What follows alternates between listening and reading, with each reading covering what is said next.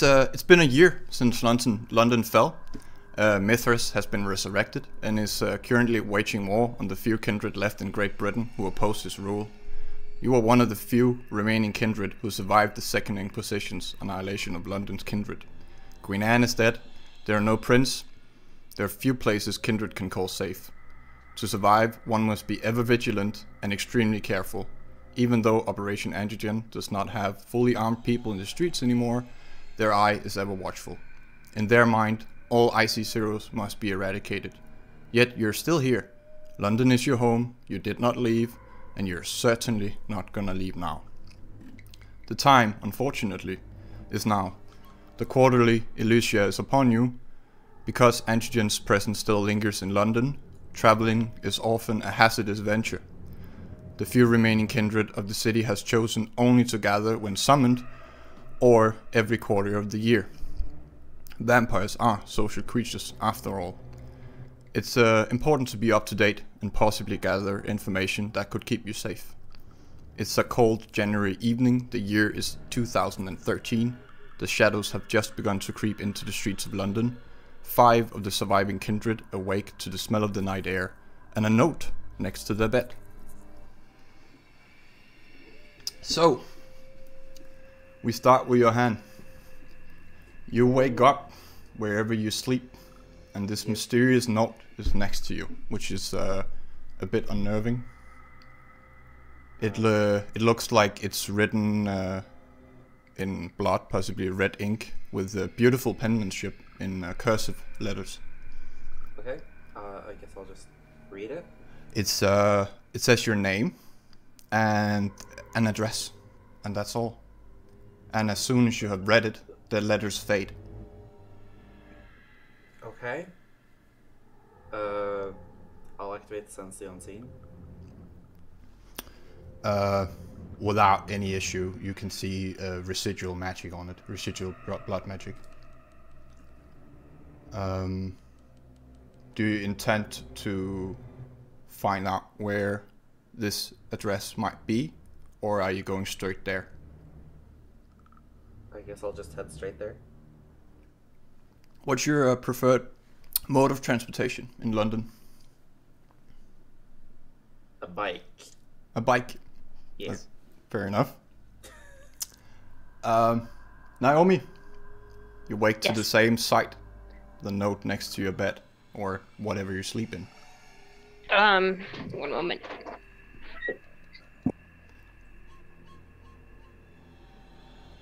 You have to close the coffin. So I woke up, Yep. I look around, and I'm like, oh, not again. It's this time of year. Yeah. So I read it, and I'm like, would the safest, like, could I go to possibly Elysium? So by foot? Yeah, I mean, the tube system is in London, and public transportation is dangerous, but you know that if you blush your life, you should be safe. Yeah. Okay. As long as you don't run into any cameras that can pick up heat signatures, you're usually good. So it depends on how paranoid you are. Yeah. Okay. But it is rather close. You could walk. It is 5 o'clock in the afternoon. It's winter, so it's dark. Okay. I'm probably gonna take that risk and do a brisk walk with Blush of Life. One moment.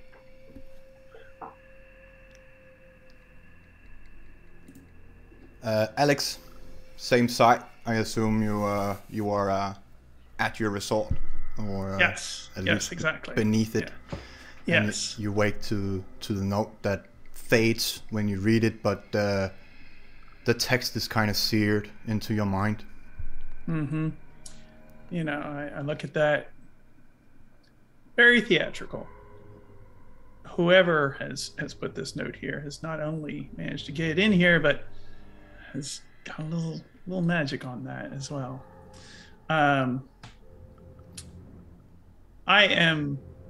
Is there any way for me to check about the address? See if I recognize it. You have the internet and a smartphone. Okay, so I'm going to go ahead and do that. I'm just going to kind of run that address real quick and kind of see where it is that address might be. It seems to be a construction site. Okay. It's owned by some company, but when you go to Google Street View, it's clearly under construction or renovation of some sort. There's scaffolding, there are plastic everywhere. There is a grid fence around. But that's about the only thing you can see from street level. It looks like a tall building. Right. So being worked on, is the building new? Was there anything there before? Was it torn down or anything? Or is this like new construction or renovation type of thing? It's how do you say it? It's suspiciously new. The company has no affiliation with anything else. Okay. And to you it kind of looks like either black market or vampire activity. Okay. Or like some offshore shenanigans to hide what it really is. Okay. Fair enough. I will go ahead and get dressed and go down to... I'll have a driver waiting for me. And, tinted windows and everything. Blackout windows. You can't see what's going on there. And have the driver just drive me to the site there. Of course, sir. Yeah. Killjoy. Same thing. There's a weird note next to where you sleep. It's unnerving. People have somehow either stood right next to your bed or used magic, perhaps, to conjure the note. Which it seems magical, because when you read it, the text fades, and you have a hard time forgetting the address. It's almost like it's seared into your mind, or at the most forefront of your mind. At least for now. Codswallop. Well, that is unnerving. And he'll kind of get up, look at it, like it's kind of like a live animal that's snuck into his room. And so he'll get up and he'll walk away around it, kind of staring at it, and look to kind of see if anything else has changed in his nice house, and check that the everything's still shut, everything's left the way it was. Nothing is as it shouldn't be. Which is even more weird. There are no windows that has been picked or filled with. The door is still locked. It seems like if anyone was in here, it must have been a ghost or someone able to walk through walls. Looks like someone's finally caught up with us. Let's go. And he will reach for kind of one bag next to the door, and his eye will go for the second, slightly longer bag, and after a kind of a moment's hesitation, he'll pick that up as well and get out a lighter from inside it, go back to the piece of paper and burn it. It is just a piece of paper now. You burn it. You know what's gonna happen. So at this time, I'm not gonna make you a Frenchy check because you kind of throw it in. Yeah. Before I look away. It actually and look away because you know what's gonna happen. Yeah. And how do you get there? He goes upstairs, goes through the club, walks, just begins walking. People that know you either nod or wave at you, seem very, but they see you're busy, so they don't disturb you. Yeah, I'll nod, but put on sunglasses and just begin to blend in. And as he's kind of going down the street, he'll blush of life to make sure that everything's A-okay.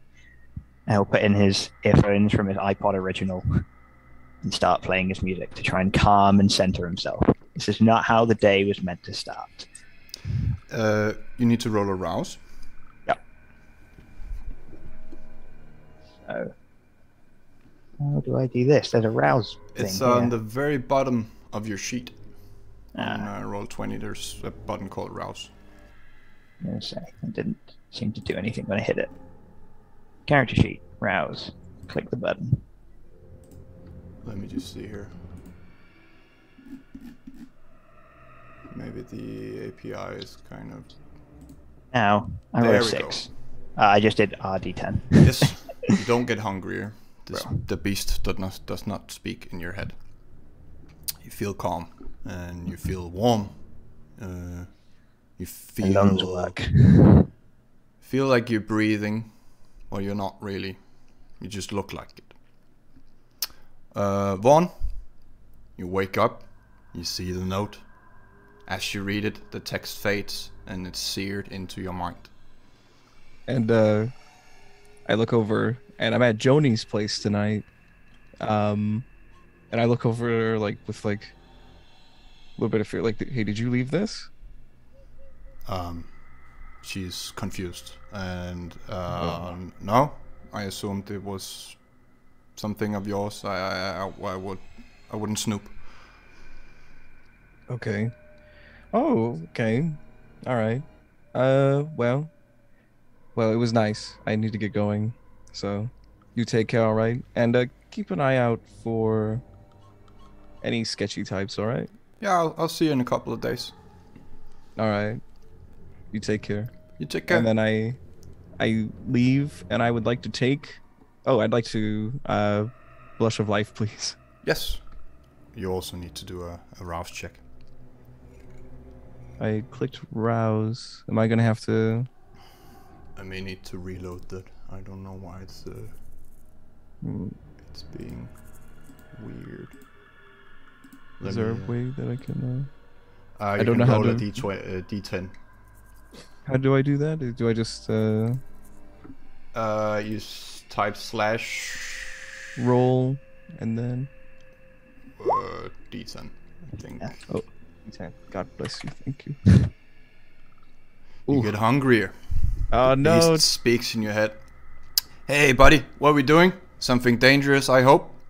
And then it goes quiet. And then I'm like, shit. And then I turn back around and I go back. I imagine right before I walked out the door of Joni's apartment, I turn back. I'm like, hey, sorry if I give you a kiss, if that's all right. I know we're not, it's not really like that, but it just feels right. Is that okay? As she turns her head, suggesting kiss her in the cheek. And I just go into it. And I like to take away that one hunger. Oh, fair enough.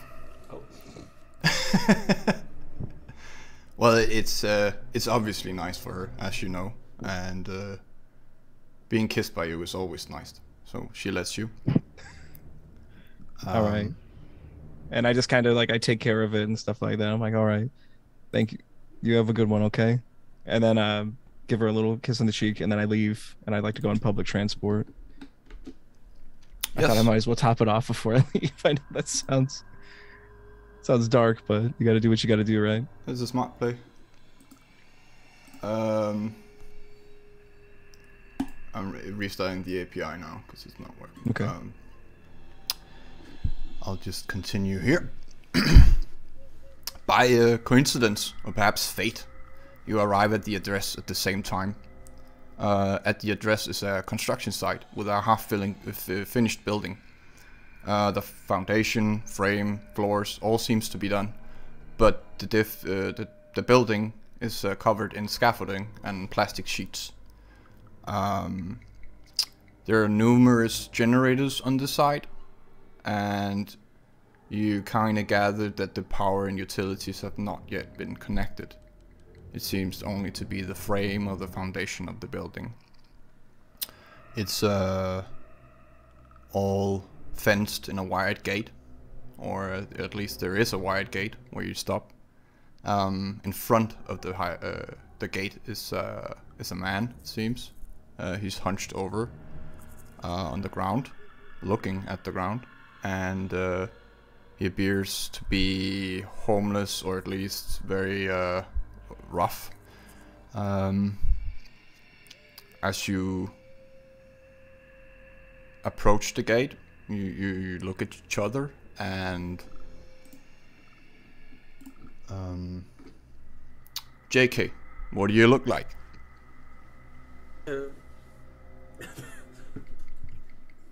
Yes, I'm first. Okay. So JK has like short, almost like a little bit wavy, curly, brown, almost reddish hair, with surprisingly blue eyes and very pale skin, and he's wearing like a brown, like beige almost suit, like very old-timey 1940s 50s suit kind of deal, and he's has a briefcase next to him. Naomi, what do you look like? So, I pretty much have like shorter length, black hair, pretty much like same color of eyes, blue, and then she's dressed in like more of like athletic attire, something you'd see someone basically go running in, with like a backpack that's more triangle-ish shape on her person, and she looks over, and I was like, "Oh, I was about to call you." We'll take the conversation just 1 second. No problem. A beautiful man steps out of a very nice vehicle. Alex, what do you look like? Tonight, he looks like he's got reddish hair. It's got product in it and everything. It's done up, and he also has gray eyes right now, and he is dressed in a kind of nice leather jacket kind of thing, and just kind of streetwear, but upscale, things like that. So yeah, he's kind of got that celebrity vibe to him. He definitely looks familiar to some of you. You can't quite place it, but he must have been in some magazine or something. Yeah, and he's got sunglasses on, kind of fashionable, tinted. They've currently got a kind of reddish tint to them. So yeah, that's kind of what he's rocking right now. What about you, Killjoy? Killjoy looks a little bit swanky, a little bit kind of trying to look cool, and probably succeeding, but he hasn't been given the greatest gifts from God in that department. But he touches it up well. He's got very well looked after facial hair, kind of a nice cool moustache that's bushy and meets his goatee and gives him a good kind of full face. And he's wearing a nice suit and shirt that's kind of got a little bit of sparkle or like a starry aesthetic to it, and like a little bit of a cravat in his suit as well. And he rocks up with like quite a large high-tech backpack, and then kind of a longer kind of handyman tools, something else slung over his shoulder, and he's smoking. Not hot, just smoking a cigarette as well. And he'd probably be kind of tilting his head slightly, so you can see that his eyes would be flicking between all of you, kind of trying to take you in, trying to gauge what's happening, but keenly interested. Vaughn, what about you? Vaughn is a pretty handsome guy. I'd put him like, the way that I kind of like thought of the description, just for like, I guess in a simplified way, he looks like Carlos Oliveira from RE3 Remake mixed with like Miguel from Road to El Dorado. And he's got kind of like almost shoulder length auburn hair and a nice kind of like short beard, and he's wearing like a sheepskin type of coat. It kind of reminds me of what like Ryan Gosling was wearing in Blade Runner 2049, something along those lines, and like a striped tank top and just like a pair of torn bell-bottom jeans and some boots. And he just walks over with his hands in his pockets. Are there any indication of your profession from your appearance? Just some little bits of jewelry here and there. I look like the the clothes seem nice, but they were nice like 15 years ago. It's kind of like the vibe that you get. I've been on the road. Naomi, and obviously all of you hear this, she turns to JK and says, I was about to call you. Hi. Did you also get a letter then, I assume? Yeah, that's real sketch. A little bit. Some blood magic seemed to have been involved. Yeah, I don't know too much about that, but we're gonna have to look into it. Seems that way. I'm a little worried because I don't know how they found the address for one of my friends that I was staying with. That's a little bit. I wonder if someone's been following me. That's a bit concerning, to say the least. Alex is gonna come up and basically say, so on the pillow in your rooms, fading red ink, right? That's right. Yeah. Okay. Do I know you from somewhere? I have a feeling. I'm Alex Kairos. I've been kind of, music videos. You may recognize some of my songs. I've been around. Yeah. A musician. I'm sure you do know. Yes, exactly. What Yes. type? Rock. Ah, Absolutely. Yeah. Oh, that's very interesting. Maybe you and I can have a conversation later. Oh, I'm sure we can. Absolutely. We can kind of share interests. Of course. Do you have a card? You seem like the type of person who has a card. And he flicks out a card. He does. He takes it out of his coat pocket from his side. It's just one quick motion. He flicks it out and hands it over. And he says, since you know about these sorts of things, I expect that you do as well. Never professionally, but it's always, some of the best talent can be found in the street. And I take it. I'm like, oh, this is a nice cream color. Very nice. That's right. Very good choice. That's Very right. good choice. And I pocket it in like the breast pocket of the coat. Yeah. The man at the gate is paying your attention. Continue. I was about to say I'll also yank one of those cards if you don't mind. He flicks it out again. He passes one to each of you. Okay. Because he's used to spreading his name around. So it's like, yeah. He definitely have an aura of a rock star, kind of the coolness. That's right. Yeah. That's right. Yeah. Very self-assured. Kind of a little bit surprised that someone has taken the action that they have with the note and everything, but can appreciate the theatricality of it. So, that's like, okay, they've got my attention.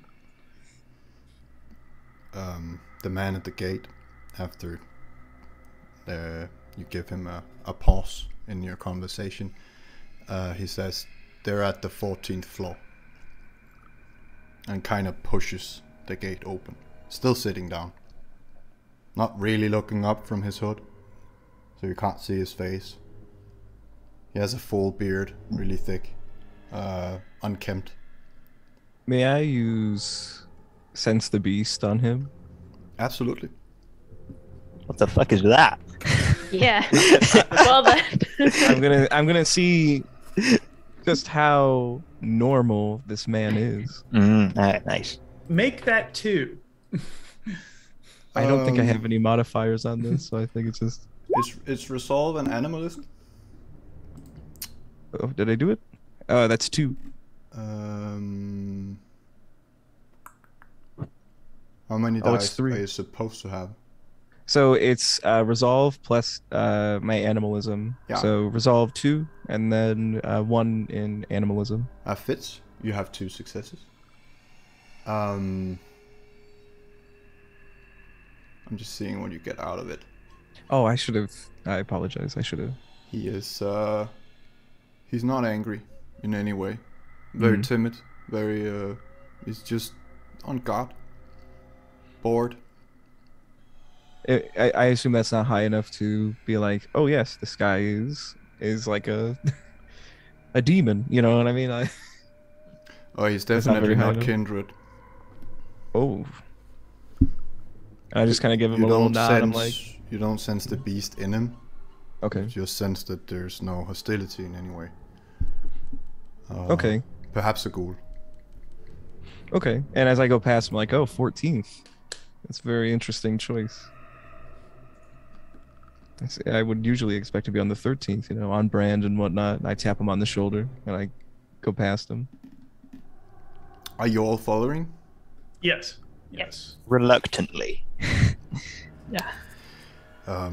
You go into this building and it's definitely under construction and has been for a while and perhaps abandoned during. You know that sometimes you start building a building and then your company goes under and you have to sell what you built to another company that has to pick it up and so on and so on. So some buildings can just be under construction for years. As you climb the stairs, you begin to hear voices that become louder and louder. For some of you earlier, but for most of you, around the 10th floor, you can make out what they're saying. It seems to be a heated argument. You hear the sound of two fists slamming into a table, which echoes down the staircase, and is followed by a very aggressive voice. Who says, it's a man's voice. He says, "Can't you see? This is the perfect opportunity. With all the fucking capes gone, we can divide the city into baronies. We can finally be free of all the Camarilla bullshit." A calm and emotionless woman's voice responds. "Be logical, Gabriel. The Anox do not have the resources or the structure to aid us. We need the backing of the Camarilla if we are to survive this war." The man responds, "For fuck's sake, Elaine, where's your outrage? Why do you all of a sudden support the Ivory Tower?" "Because unlike you, I'm not governed by emotions and not prone to adolescent outbursts. We need to find a rational solution. You know the Anox are not gonna lift a finger for anyone but themselves." Wah! Sometimes I can't fucking believe we're of the same clan. A third voice of authority interrupts them. "Neonates, we have new arrivals. Lower your voices lest you scare them away or alert all of London to the whereabouts of our meeting." When you enter the room, you see 6 people. One of them is standing with his hands on a makeshift table.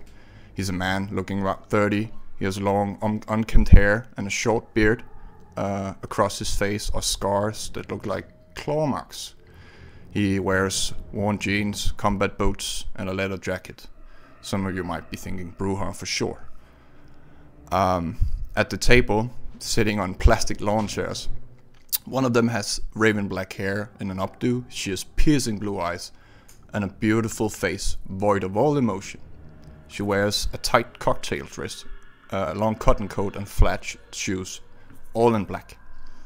The one sitting next to her has shining red hair. One of her eyes is forest green and the other is bright yellow. She wears a long red dress and a white fur coat with high heels to match her dress. She's looking very disinterested at her nails, long red nails.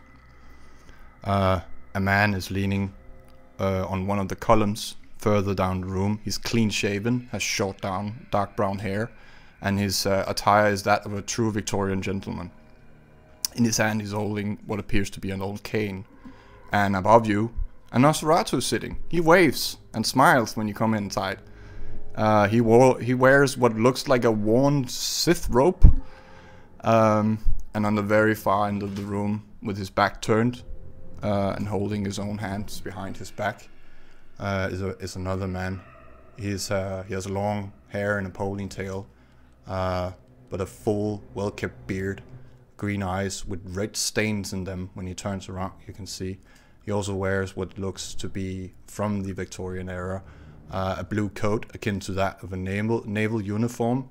He has slight scars on the that's left side of his face, and a gold earring in each ear, and you definitely feel old blood in him.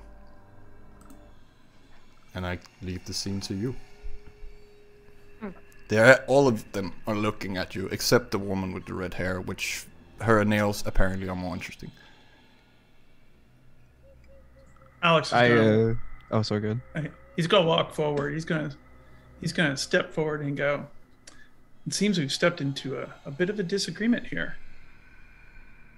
The man with the leather jacket looks up at you and just goes, topic of tonight. Regime change. The black hair woman just shakes her head in annoyance whenever he speaks. But she's not really showing annoyance, it's more her body language. She's trying to emulate it. I give like a to the Nosferatu like, over in the corner. Like I see you under clan brother, you know what I mean? Like, but I just kind of like walk forward. You see me now. But I kind of like take a look around the room, and I kind of just like make eye contact. And when it comes to certain people in the room, like I look at the Bruja a little bit longer, or I assume to be the Bruja. Like, regime change, huh? He's pissed off, and he's lighting a cigarette. He's moved away from the table, and he's sitting on some wood, against the beam. Really, more relaxed now, but kind of that whole like I can't give a fuck persona he has about him right now. Even though 15 seconds ago he gave a fuck very much. Yeah. All about that presentation. Are any of you doing anything? You can see the guy in the naval coat is about to speak. The one who has the like demeanor of an elder about him. Pull out like a thumb bone from my jacket and just start fidgeting with it. I'm gonna stub out my cigarette and lean over to, I don't know, whoever's next to me, say Vaughn, and go, which one of these did you piss off? I'm hoping it's you, otherwise it's probably me. You're speaking to Vaughn? Yeah, sure. I didn't piss anybody off. I'm a cherub. And I just like look around, like kind of make a little bit of eye contact with people.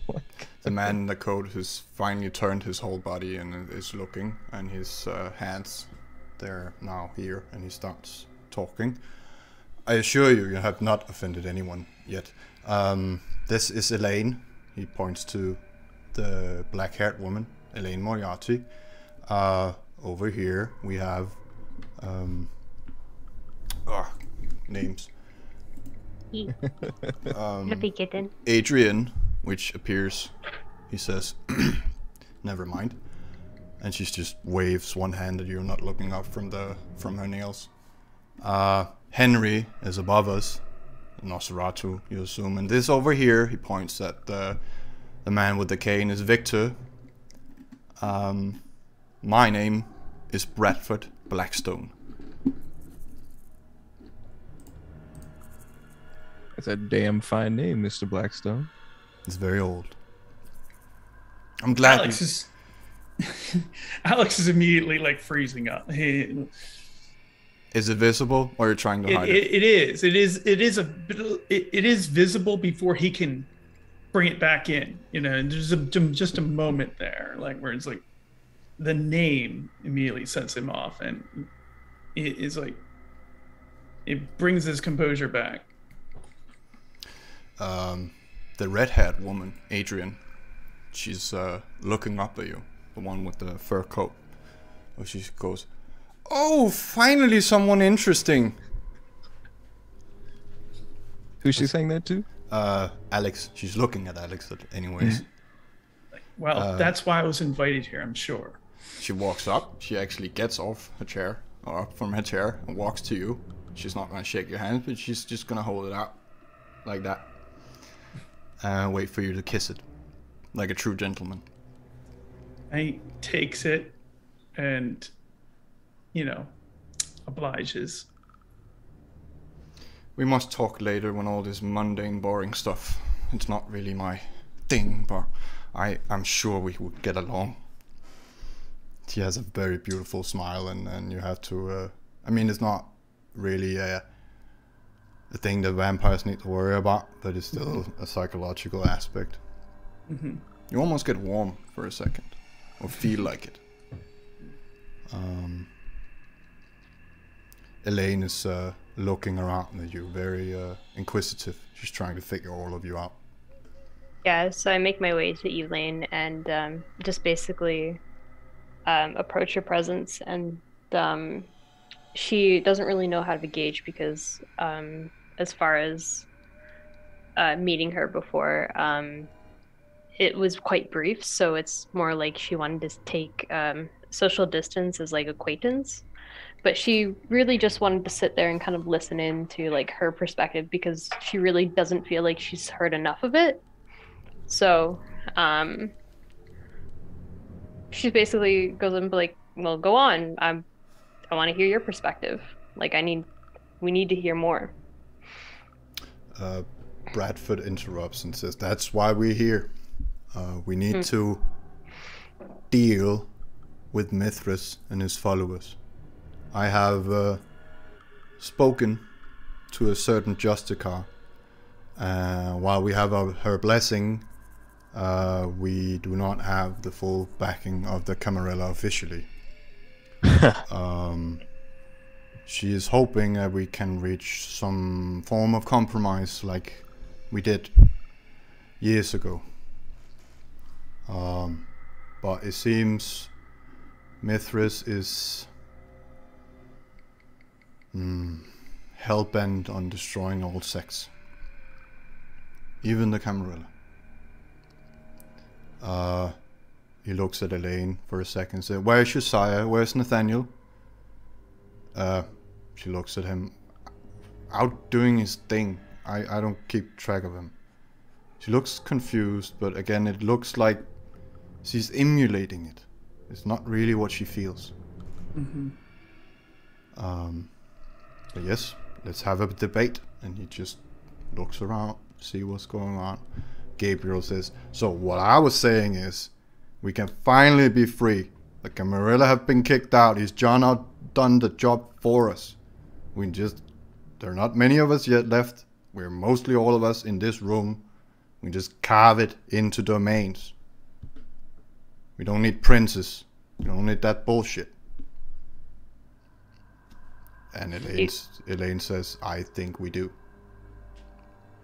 She looks over to him and be like, well, it's not like anyone asked for this. It seems to be sheer out of convenience that you're wanting this to happen, just to push your own agenda. Well, I'm an Anarch. Yeah, that absolutely. Killjoy goes and like sits down at the table and like puts two hands on there and goes, sorry, you're saying we're the only ones left? Mostly. I mean, Nathaniel is out there and probably a few others, but... There are 11 of us here. 11 in London. That is all.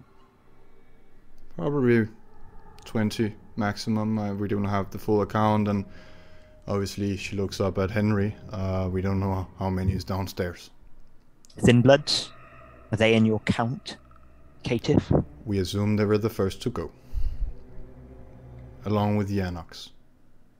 And at that mention, Gabriel lights another cigarette. I'll join him. So you must be pretty desperate to get some humble little street folk like me in your ranks, to formally invite me, might I add. Adrian, she says, still looking at... No, she's not looking at her nails. Right now she's just standing and holding Alex's arm like a trophy wife would do. I don't know, she feels very attached to him all of a sudden. And she says, well, we all have our part to do, darling. Historically, that's not been the case for my people. So it must be desperation. If you don't mind me saying, I know I might be speaking out of turn. You could call it desperation. Elaine says. I call it collecting all the resources we have and using them to the fullest. And Alex nods with her. He's clearly recognizing her, what she's saying as sensible and reasonable in this situation. And he speaks up. I think that there is an opportunity here to bring together and reorganize ourselves in a way that benefits everyone in the room here, provides a stable and reasonable way forward. And we have the opportunity tonight, we've all been brought here, to make the most of that. And if we squander it, there may be none of us left at all very soon. Some of them not. Some of them don't pay attention. Bradford, he says, what about you, Mr. Corbe? I'm not sure how to pronounce it. What do we call you? You're muted. He'll Oh, go there we over go. and sit down with the rest. My clan has been unaffiliated for quite a while, so I don't have any preconceived notions. Well, it's time to get affiliated, my friend. If I may be so forward, what incentive do I have to help out here? Because if usually we just kind of move on when shit gets really bad, you know? Or when we're not driven out, of course. What's to stop me from just leaving? What is there to gain for me? Who are you talking to? Or I'm just talking. I think I'm talking to the red-haired woman. Well, you haven't The one who gone yet, addressed me. dear. You're still here. Could have left a long time ago with the rest. And I give her a little bit of a wry smile because she kind of she's had her eye on me then. She knows I can't really leave yet. So I'm like, okay. All right. I'm just writing some things down. Just one second. What do you want to say? Just continue, sorry. Oh no, it's okay. I was just saying it's fine. Basically, to answer his question, well, it's not exactly that we're getting any sort of employment, but I think it's just out of hierarchical obligation, unfortunately. I don't abide by any hierarchy. It's kind of not what Ravnos do. Not well, fair. I can't exactly. Let's just say I can't show up to all the little brunches all the time. I kind of have to keep moving. Well, just what the Toreador do best. Well, we need people on the street. And at that notion, Victor, he collects a bunch of envelopes from his jacket. And he hands each one to you. Just nothing on them, except your name. Not only one name, not your full name. And Bradford says, if you're looking for incentive, this should be enough. I immediately open it up. It's a file of a person with a picture. I'm sending you the name on Discord. Okay. Alex will do the same. Killjoy will look straight at the Nosferatu and just hold his gaze if he can. He's not there anymore. Killjoy will be annoyed. Yeah, when I look up and I look at the red-haired woman, and I don't activate the power, but for a second there just snake-like eyes at this woman. Just and then it goes away. Like there's a flash of it, and then it's gone. Understood.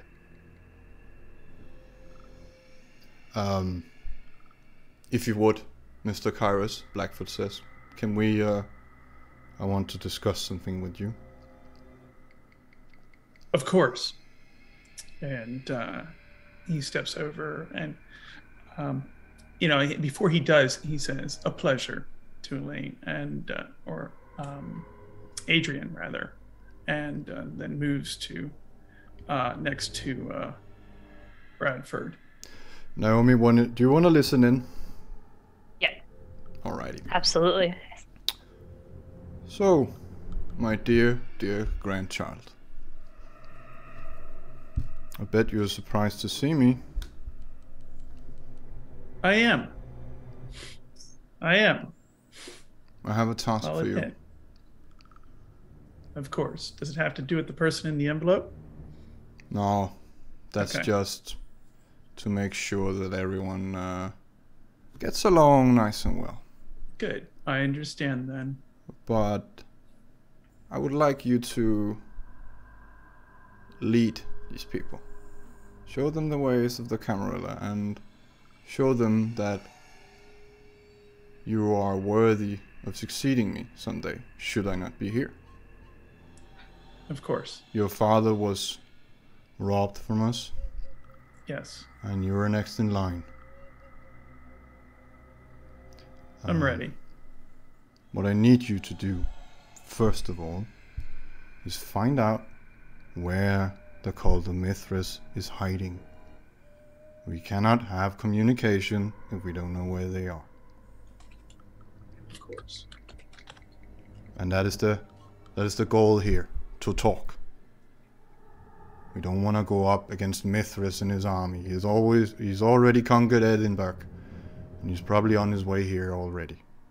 We don't want war while we're at war with the Inquisition. Naturally.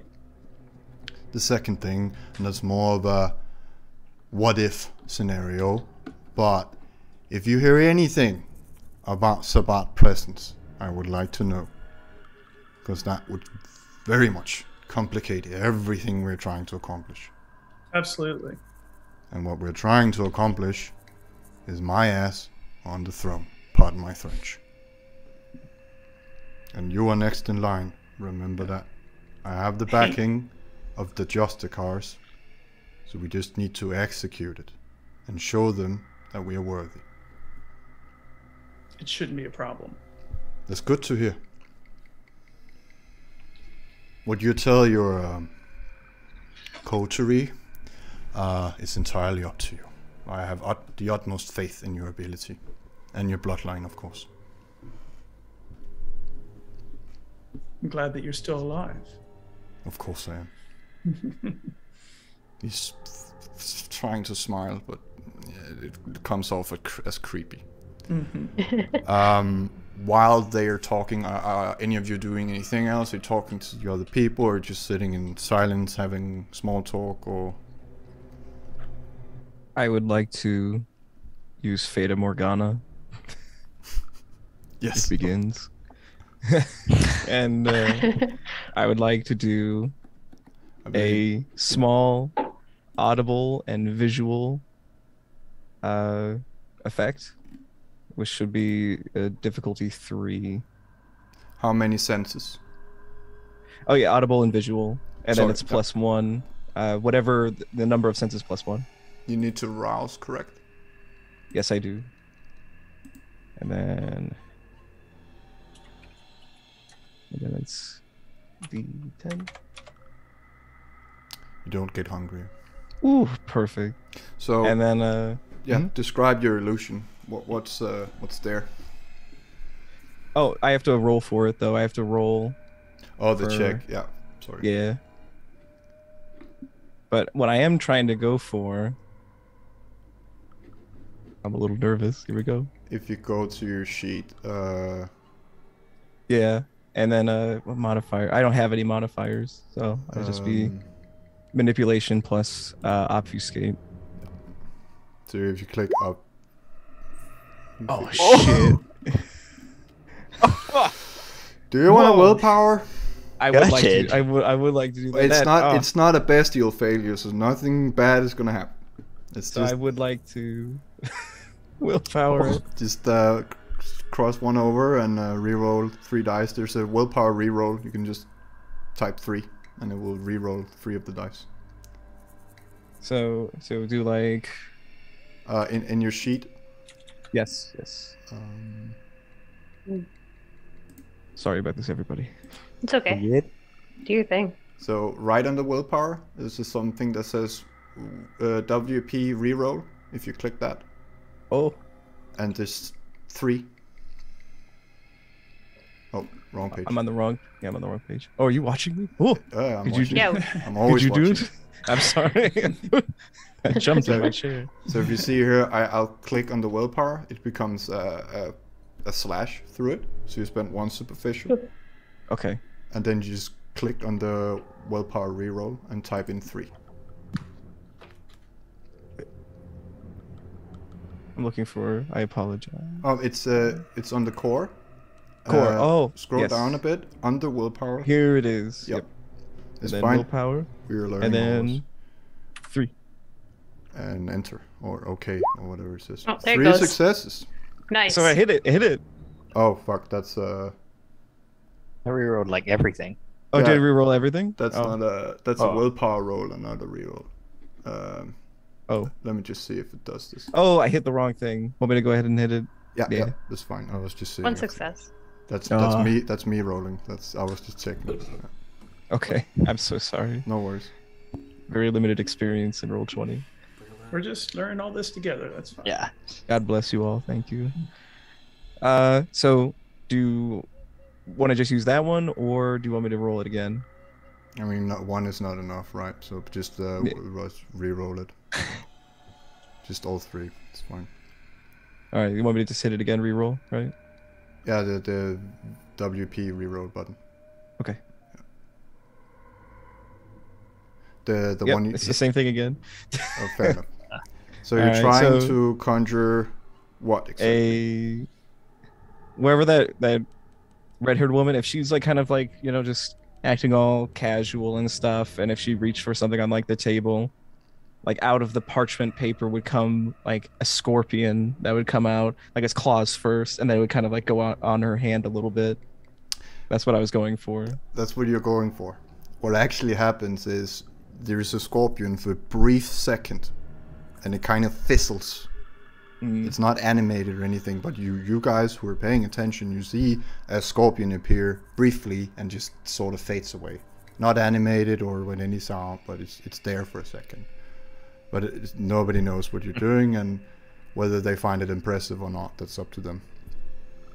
Killjoy's And hand it's- immediately like shoots to the back of his suit for a second before it fizzles, and he'll just tidy himself up again. And so I have like a mixed emotion on my face, like, oh, this should have been better. I had it all planned out. It's gonna go like scamper around a little bit. I'm like, and then, but I saw Killjoy's reaction, and I'm like, all right. Is it obvious that it's Vaughn causing the scorpion to appear? Oh, you can't see it. You're Okay. engaged Okay. in I'm conversation. turned away. Okay. But for anyone else as well. Okay. Yeah. Okay. Is it obvious that? Did this thing just appear out of the ether, or was there a? It looks like a Fata Morgana, something, an illusion that goes. It's there and poof, just for 2 seconds. And I just look at the red-haired woman, and I go, sorry, I got a little excited. That usually doesn't happen to me. All men say that. Was that you then, Magic Boy? Who are you looking at? There's nothing Vaughn. magic about me, as far as you know. I just smile. Victor interrupts. Of course you don't have magic. None of you are Tremere. All right. Well, if I can't call you Magic Boy, perhaps I should have another name for you. My name is Vaughn. What is your name? You can call me Killjoy. Very interesting name. Is that a stage name? You don't mind me asking? Of a sort, I suppose. There's a difference between having something that is useful to go by, as well as your real name. That is ominous. JK. Well noted, Mr. Killjoy. While everyone is talking, Elaine is kind of staring at you the same way you're staring, with just emotionless, just really scanning you. She's trying to figure out something about you. You don't feel anything prodding in your mind or anything, but you feel like you're having a stare off. Almost. Oh, he's just staring off into nothingness, just thinking of something else, and just fiddling with a thumb bone. Mm. And then he Can I tap him? Yeah. I shake awake and I'm like, do you need anything? What is it? I point. And I'll look over it and I'll like stumble with the finger bone, like letting it fall on the table for a second, like pick it back up. She almost looks like a cyborg. It's so weird. It's so fucking weird to all of you when you look at Elaine. I mean, some of them are obviously showing signs of their age and possibly lower humanity, but Elaine is just nothing. Even when she tries to force a smile, it looks forced, clearly forced. Whether she has emotions or not, you're not really. You could look into it perhaps with an insight check, but Yeah. Is Elaine the dark-haired woman? yeah, Yep. Okay. the one who had the argument with Gabriel. Alex, you come back as this sort of finishes, and Bradford is suddenly very disinterested with everything, turns your back to you all and looks over the city. Yeah. Alex is it's going to come up to most of you, get your attention. It says, like everyone else in this room, we've been invited here. We're, as far as I understand, what remains of Kindred in London, and regardless of what we may have done before this point, I think we have an opportunity here to create a better life for ourselves here. And for all the kindred who may remain in London, in fact. And by staying together on this and combining our efforts here, I believe that we can not only create a new and opportunity-filled future for us, but also secure London in a way that it wasn't before. You see Bradford nodding with his head. Still his back is turned, but he's clearly paying attention. Yeah. And I'm assuming you're leading our little merry band. Gabriel interrupts, and before you even get the chance to answer, he says, "Fucking Ventru, obviously." I would like to provide. We all need a direction, and I am willing to provide that with guidance from other members here, obviously. So, yes, in a way, I am offering leadership as well as a place for all of us here that you may not have had before, that none of us may have had before. And but as is the way, we do need direction and vision. And of course, again, something that we might all contribute to, which is not the situation that existed prior to this point. No, My character chime in? Yeah. So my character looks at Alex and being like, your integrity might be questionable at best as a leader, but we all know something now. Right now, the Masquerade we're not breaching. And we're all vampires. Let's figure this out. Clearly these people have integrity or some understanding of obviously who we are, and possibly what our skill sets are. So how about we collaborate, see what we're best at, and bring back to clearly all these other and she didn't want to like she wanted to say creatures, but like she didn't want to be impolite because obviously like their generation. She's like one of the youngest, I think, out of the whole group. So, um, she's like, let's let's say let's see what they want us for here, because they are the one that brought us here. They want us to help bring into being London's future for the kindred. That's why we're here. That's why we've been invited.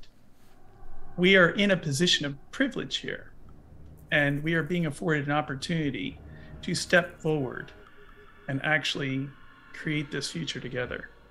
Well, with all due respect, Mr. Kairos, you have privilege. You have standing with them. What would really stop them from disposing of us once they're done with us? Honestly. And I'm not saying that to be difficult. I'm being genuine.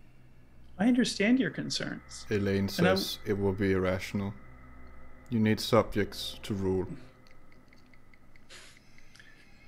Elaine.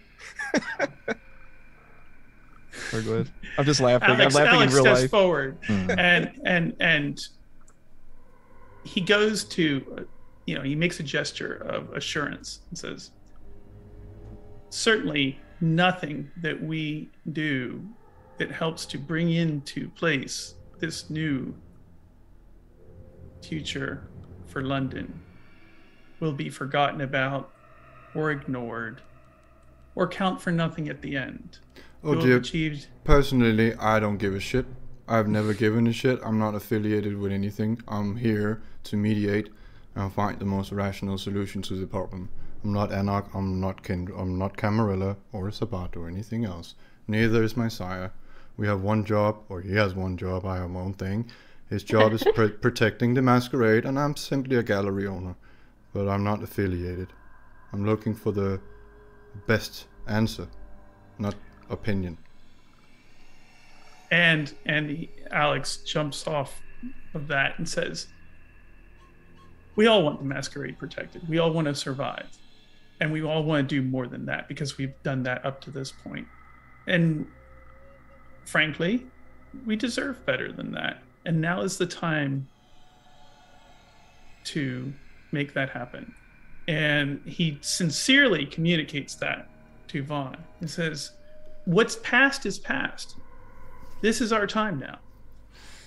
At that sentence, I need all of you to go to your sheet and roll a willpower roll. Not a reroll, but a willpower roll, which is your remaining willpower it will roll. Oh, no.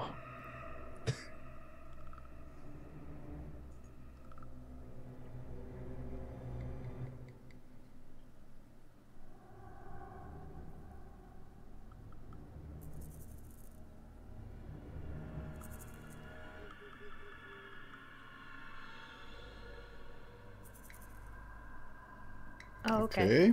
Yeah, fair enough. All of you, you feel a presence. You felt it a year ago. Immense power.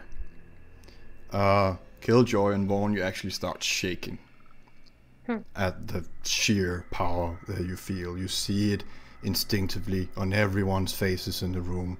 All of them are aware. And Bradford just says to the Knight of London, oh, he's here. You felt it a year ago. So like it's a presence in the room, right? Like almost like pressure? It seems like a wave coming over you. It's not if coming from anywhere, it's simply you felt the same when Mithras woke a year ago. Simply a Methuselah when he's within kilometers, you're not sure, but you will feel it. You will feel the power. Which means he's in London.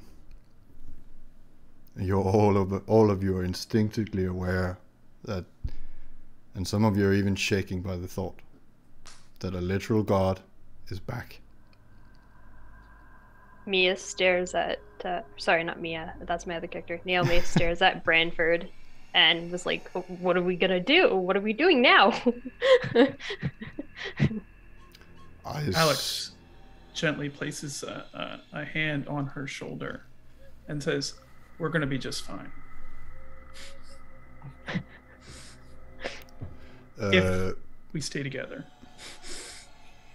Victor says, he's very regal looking, he's just fiddling with his cane. He's not looking at you, any of you, as he's talking. He seems very like you're trying to avoid someone's gaze or something very unpleasant to look at. He seems like he would rather be anywhere but here. And he says, if you need anything of magical expertise, I can help.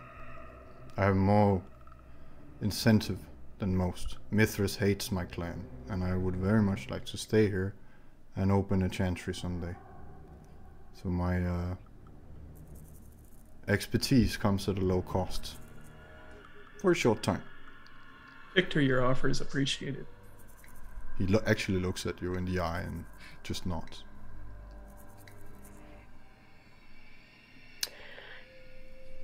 Naomi taps JK. We need as much information as we possibly get from Victor now.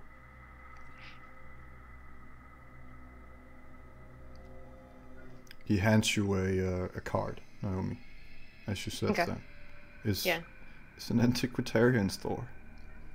Okay. No name, just an address. Okay. As you're talking, Gabriel stands up after his fifth cigarette within half an hour, just walks to the edge and jumps down. Ooh. And he's gone. You hear the concrete below, the very a thump almost. But if you look, he's not there. Okay. He apparently got tired of talking, it seems. Well then. Game recognizes game, and I'm just like, ooh, hell yeah. Yeet.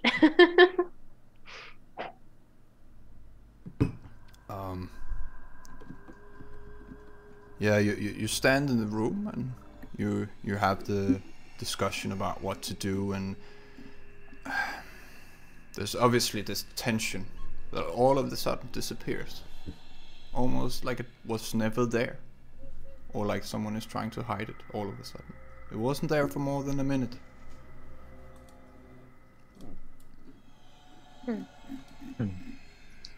And Bond looks terrified and really pissed off. But I'm trying to hold it in. You can see the little bit of the swashbuckler persona kind of coming back a little bit, but I'm just like, I look like that would give too away. I was about to describe it in a certain way, give away too much. I didn't like that. Some knees are shaking. Some knees are shaking, and some vulnerability was hit, is all I'm gonna say. When I heard that voice, or when I heard that when I felt that. Yeah. Alex is he's not as shaken up, although everybody is shaken up by that presence. And he says, we have a way forward, and a structure, and the approval, the invitation even of the old structure that we had here, and we have a chance to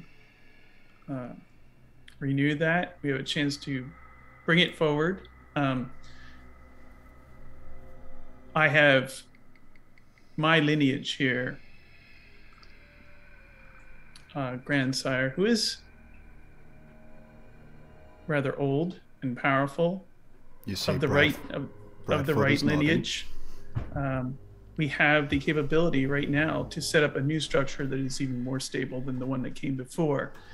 One that provides a little bit more security than,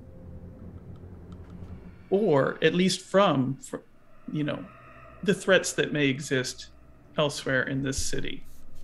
And without that, we're as vulnerable as anyone else in the street.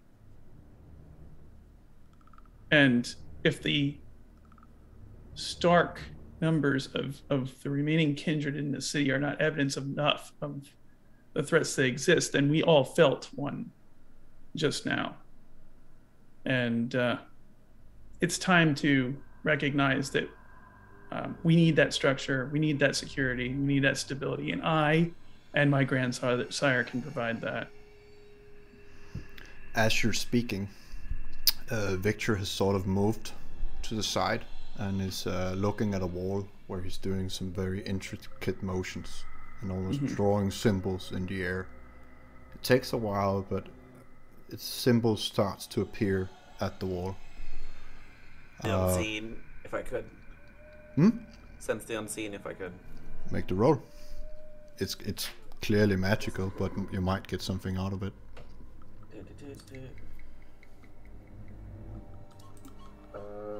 That's wits and aspects then? I believe it's wits and resolve, actually. Let me just oh, wits aspects. Yeah, sorry. Okay. So,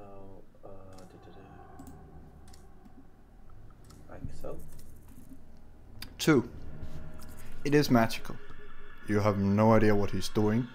It might become apparent. Is anyone else carrying something magical on their person? No. I don't think Not so. me. His cane is magical. His jacket is magical. There are clearly some kind of wart on it. Is the Nosferatu in the room still, by the way? Oh, you don't see him or hear him.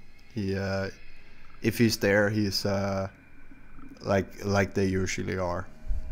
Maybe not.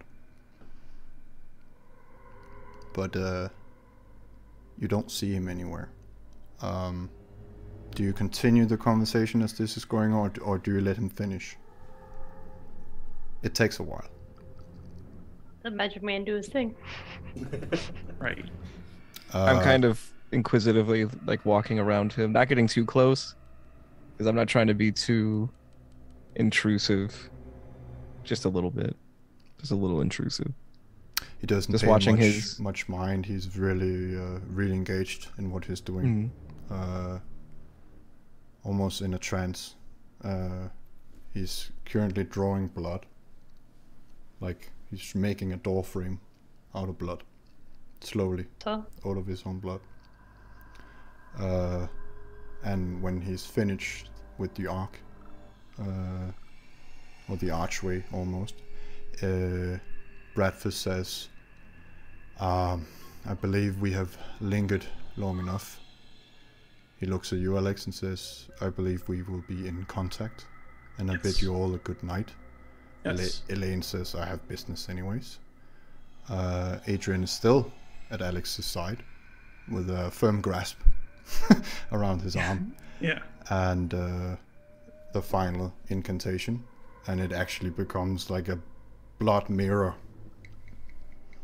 which he is waiting next to, still mumbling to himself, and Bradford steps through it. Victor follows, and nothing is left. It just fades from view. And you're left in the room with Adrian and Elaine. Yeah. And Elaine is starting to get up and tighten her jacket and looks around, see if anyone else is making their way to the stair. If not, Elaine, before you go, is there a way to get in touch with you? Oh, just Google me, Elaine Moriarty. Okay. Of course.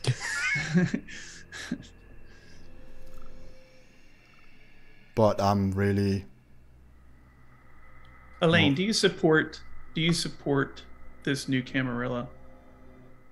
I support structure and rationality. If it will so bring you do. Anything that will bring peace and get rid of those fanatics.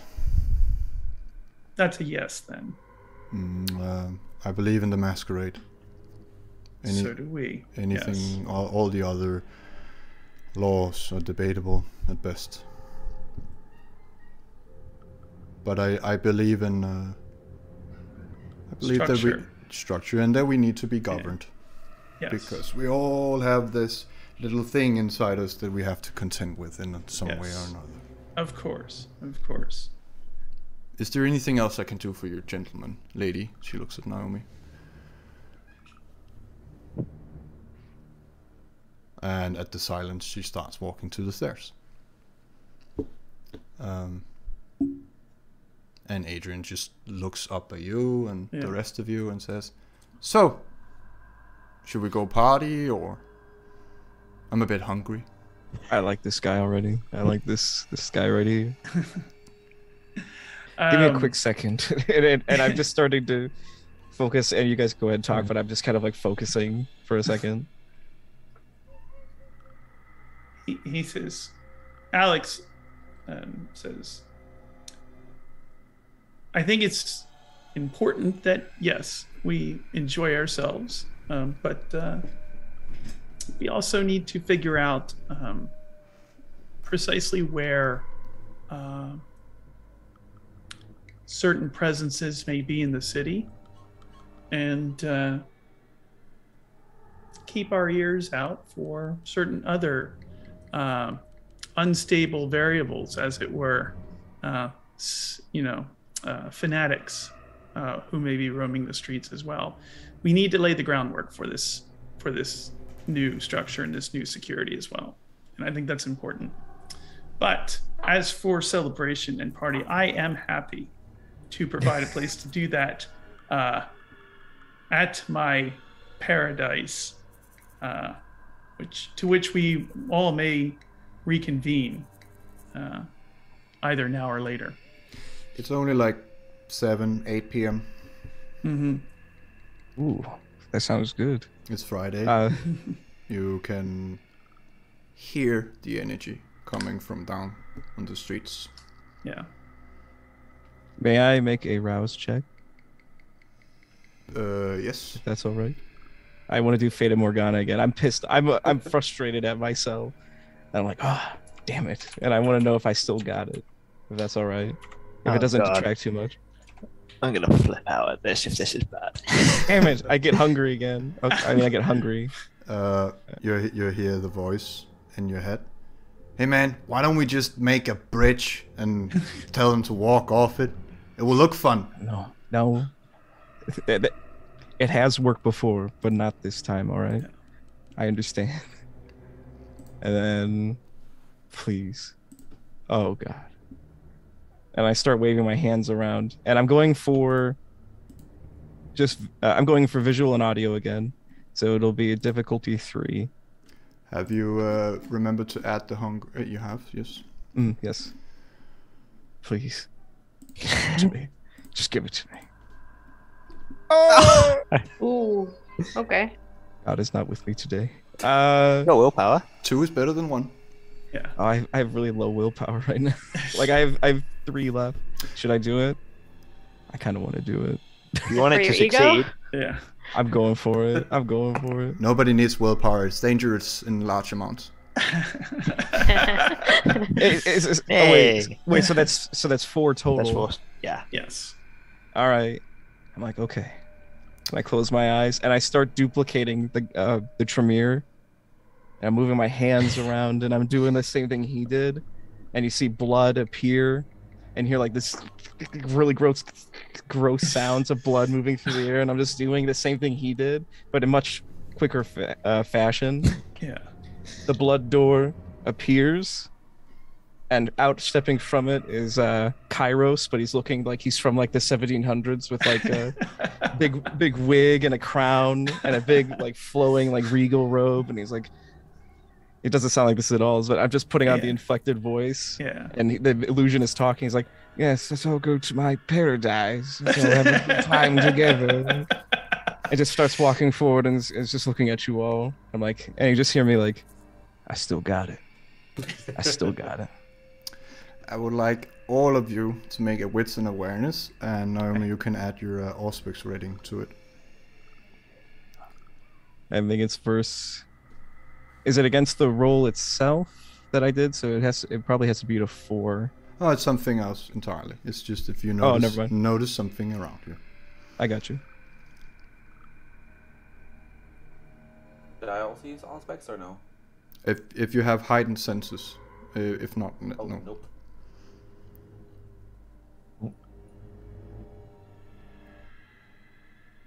So if you click on awareness, then afterwards it says, what else would you like to roll? And then you just click wits. And for you, Naomi, you just add 2 afterwards. Okay.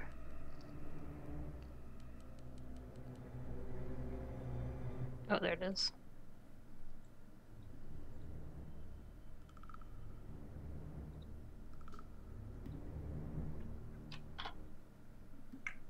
Got it. Ooh, That's not too bad. okay. First of all, Damn. Killjoy. This Yeah. is something that's almost instinctively for you. It's trouble. It's blue flashes you see in the corner of your eye. Someone down the street. Naomi, you actually hear the car. You hear the chatter on the police radio. That someone is coming to investigate the building because someone saw some strange people walk into a closed construction site. And you can hear people getting out of a car and how they're talking and say they're going to investigate. Okay. It seems to be normal cops, not some kind of SWAT team that's gonna raid. Okay. Yeah. British police do not carry firearms. Just want to mention that. Yeah, Some. that's convenient. Some, yeah, but not all. Yeah. I notify everyone. I don't understand why I know this, but the cops are coming. We need to get somewhere that's relatively safe. They know that we entered this building, and we need to relocate as quickly as possible. They're getting on us, like they're near. They're relatively near. Probably before you start saying that, Killjoy's got his 2 bags and is starting to go down the stairs. Like he's just out. Yeah. Where are you going? What do you mean, where am I going? Yeah. I'm Are we leaving. following you? You can if you want. I advise not being here right now. So, is it possible to make it down to the bottom of the building before they get here? When you look over the edge, they're not even at the gate yet. Okay. And you don't know how they're gonna search. Yeah. But you So- assume ground level first. Yeah. And so, Alex, let's all get to the bottom of this building. I'll call a car, and we can get out of here. That will take forever. How about we get to my house? Is it near? It's near, right? It's Well, you walked here, so it's within reasonable exactly. distance. Okay. Screw it, guys. Let's go back to my place. It's sheltered enough. Just don't touch the plants. Oh no.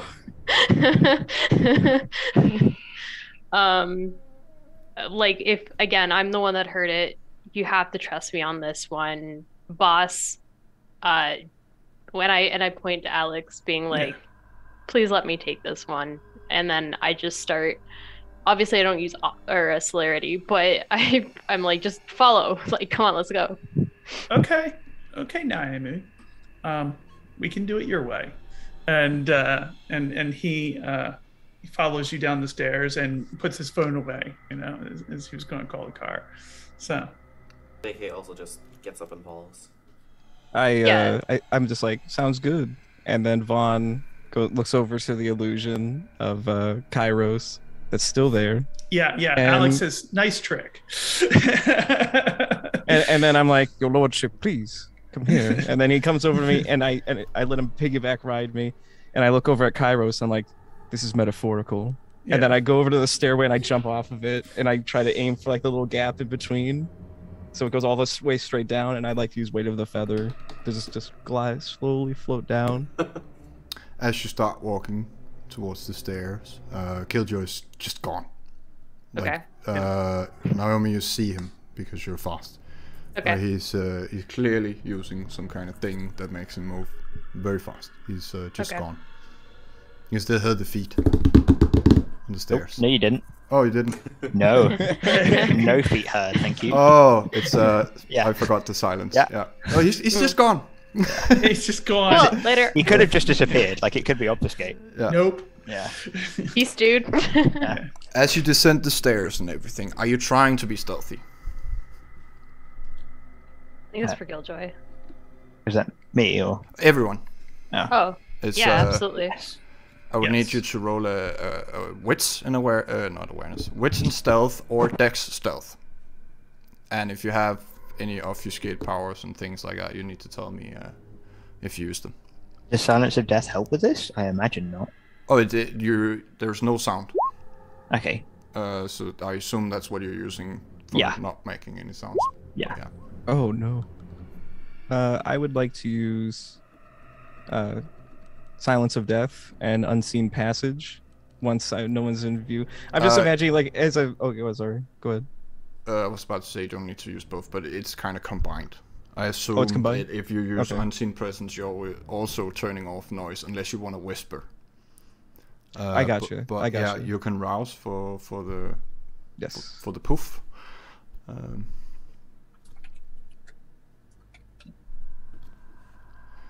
Do I get hungrier from that? Yeah. Or is it? Yeah. Yeah. Okay. Did I try using Yeah. premonition to find like a smarter path to go in case it's like a Man. clear idea of where they're gonna go?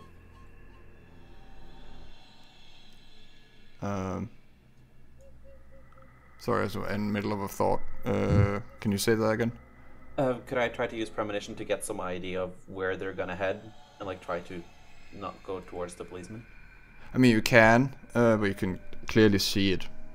It's but if you want to get your visions are kind of abstract at best. In that case, I'll just deal with what I got. Vaughn, you do disappear. Mm. He's not there. Killjoy and Vaughn are gone. One can moment still they're see, there, and sorry. you can still make sound. You can still talk to someone if you turn off your sign, but you can only whisper. Like you have to be right next to them. I'm just looking at the rest of the stealth checks. The way I imagine it is that jumping down the stairwell and floating down, Regal Kairos is just hunched over something. You just don't see what it is. And then he just makes eye contact as he floats past the people going down the stairway. Just Kairos. There's nothing else there.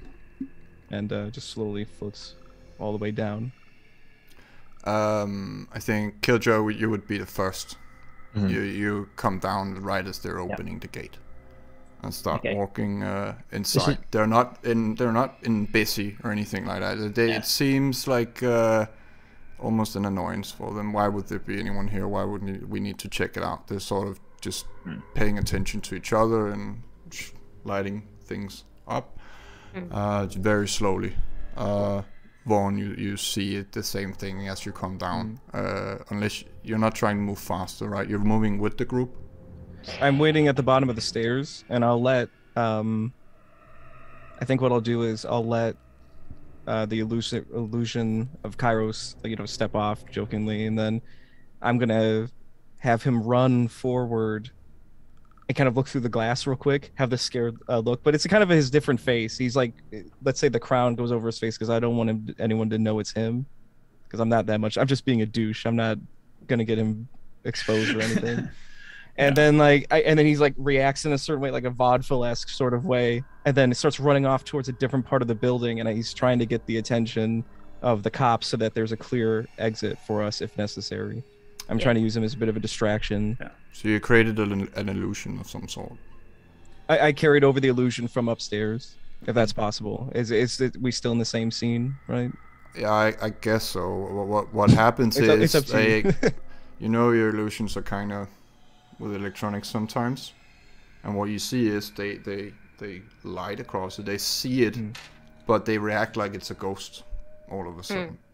Oh, It's like, what the hell was that? And the other one looks over there. They're not lighting on any one of you. You're hidden You clearly hear, you three of Johan and Naomi and Alex, you hear them talking downstairs, and you're gonna run into them. You know you have to at least talk or do something else. Oh, the illusion won't distract or do anything? Oh, they are distracted by something, but it's where you're all you. coming out. I they're got you. in between the building and the gate. Oh, so like the most crucial area. Yeah, I gotcha. they just got in here. Okay. Killjoy, where are you at this time? With still like the fleetness activated, Killjoy's run downstairs, got his pistol out from behind the back, attached the silencer, gone to find out where they all are, seen them coming up towards us, and then ran back up to liaise, basically. So how many of them were there? Were there Just two? two. Just two. Normal cops, not carrying gun. They have a baton and taser. Yep. Killjoy comes running up the stairs very fast, not making a sound at all. And he has a gun with a silencer. Two standard Tommies. I hope one of you can talk. Is this your chance to shine, perhaps, leader? Alex steps forward and activates all. Oh, they're And- definitely gonna notice you now. Yeah. Oh, absolutely. Yeah. No, it's time to dispense with the whole stealth thing, and just come forward and, You and- walk out into the flashlight, kind of like, sir, Yeah. what are you doing here? They see your nice suit. They're not hostile in any way. Yeah. Exactly. Yeah. And what are you doing here, sir? Oh, you know what?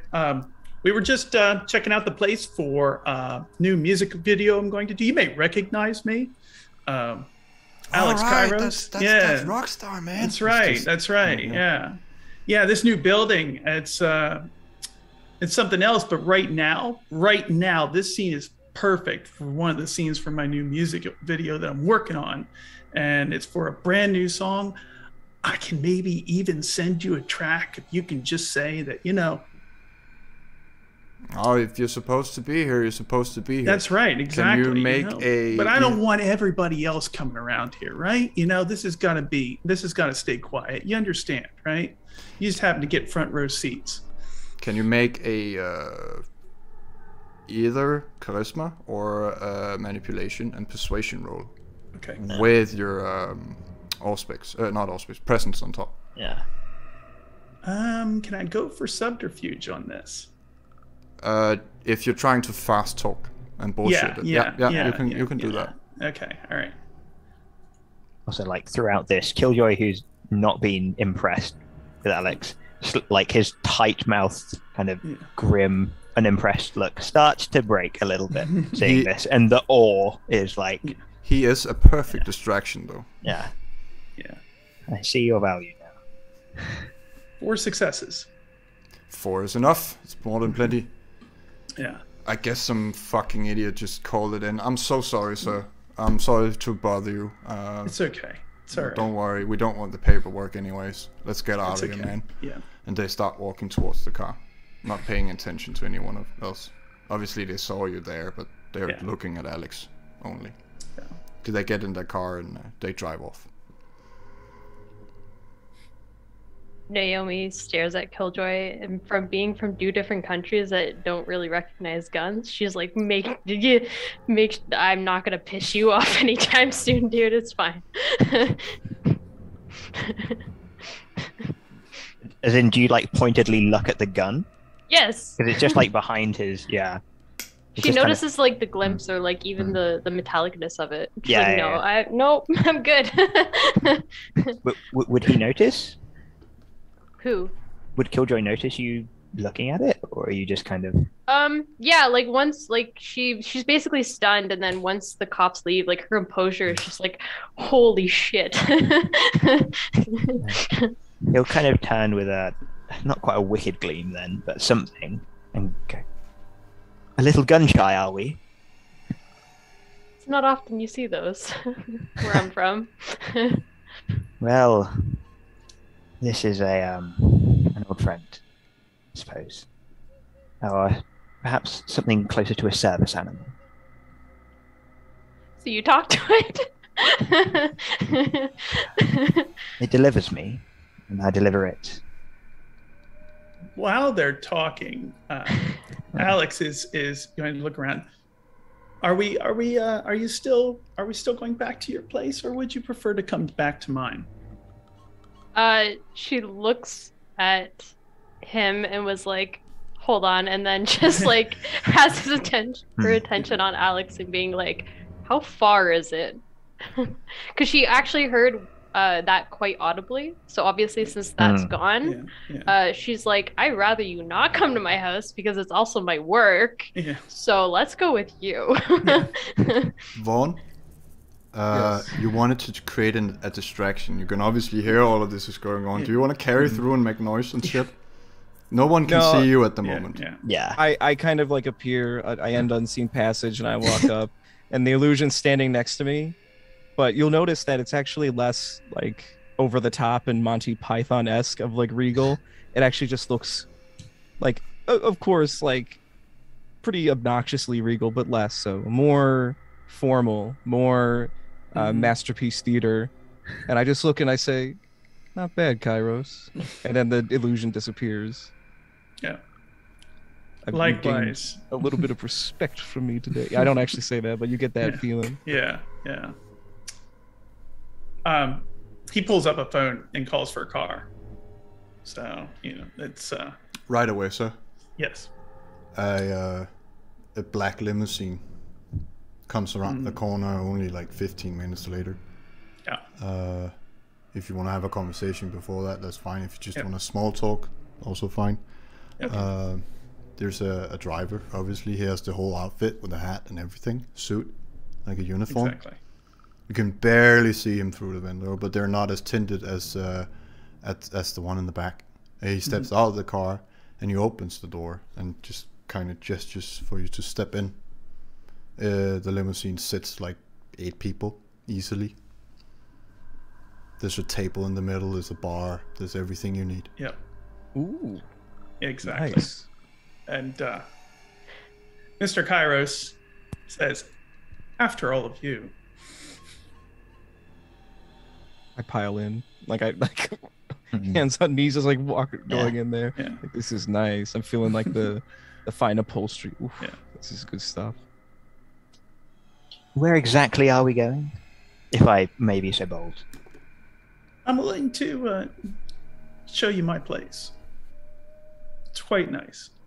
We can talk there safely. You can put the guns away. As you say that, all of you suddenly become aware of all the cameras looking at you. You are in London after all. Yeah. Get in as well, just with my briefcase on my lap. So everyone gets in? Yeah. Naomi gets beyond excited because it's like a rare opportunity to be anywhere remotely. She's never been in one before. Yeah. So she gets excited and she tries to hide it, but she's like vibrating with just how happy she is getting into that car. Oh, it's definitely like the movies, even better. Yeah. No expense has been spared here, for sure. You could have the party in the limousine if you wanted to.